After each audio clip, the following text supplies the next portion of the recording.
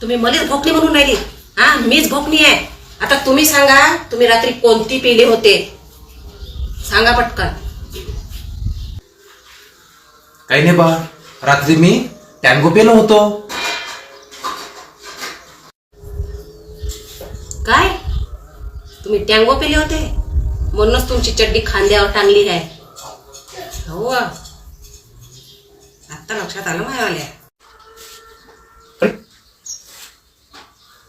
दिसली माझी चड्डी. बरं झालं दिसली. नाही नाही, कर तू कामं करते आले. कर कर कर माझ्या लक्ष कर कर, काही विषय नाही. तू कर कर कामं कर. काय चुकलं?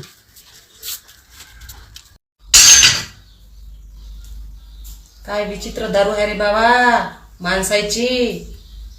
खांद्यावर घेते चड्डी टांगून आणि सारा घर घुमून येते आणि बायकोलेच म्हणते वरतून का भोकणी आहे तू, तुले दिसत नाही. अर्ध्या जास्त बाया म्हटलं ह्या माणसाच्या दारू पायी पिसळून गेल्या. कोणी माईच्या गावले चाललं जाते, तर कोणी बॅगा भरून कुठं चाललं जाते, निघून चालले जाते, सोडून चालले जाते नवरेले. लेकरं घेतले खांद्यावर का चालल्या बायका. काय करणार आहे? तरी या माणसाला अकला येत नाही. मी बी लय पिसाळून गेली आहे म्हटलं, पण मी जाऊ कुठं? काय करावं, सोडूशा बी वाटत नाही माणसाले. बायका जर गेल्या ना तर माणसाचे असे हाल होते म्हटलं. खायला नाही भेटत, निरे पिऊन नाले झोपले राहील. म्हणून विचार करावा लागते अशा बेवड्याचा.